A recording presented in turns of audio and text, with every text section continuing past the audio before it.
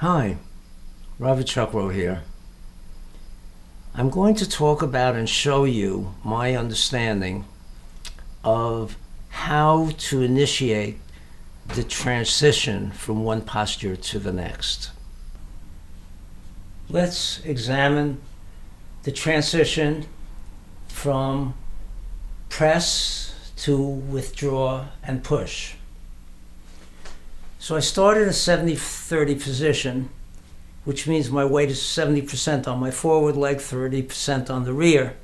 And let's just talk about the body. Instead of pulling my body back and forth, what I do is first just recognize that there's a stretch in the rear quad, because my rear leg is further back from my pelvis than my forward leg is forward.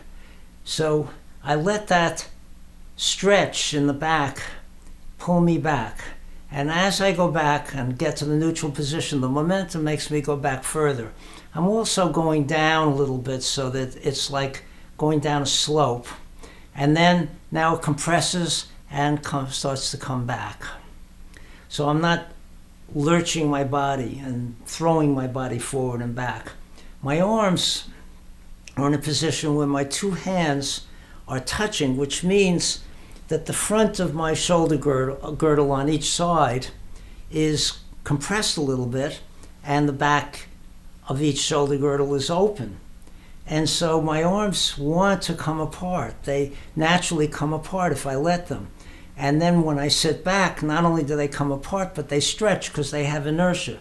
So they lag behind, and that stretches the muscles. And now that stretch causes them to come back.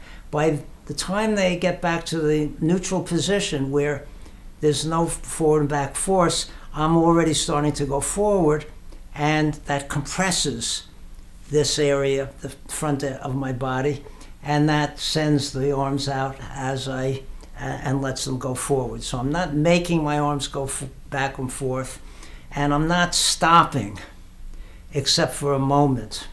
In other words, it's a stop, but for no finite amount of time, just momentarily.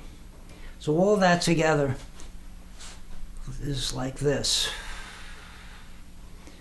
And you can do this move numerous times, and there should not be a pull or a push of the body, not throwing the body.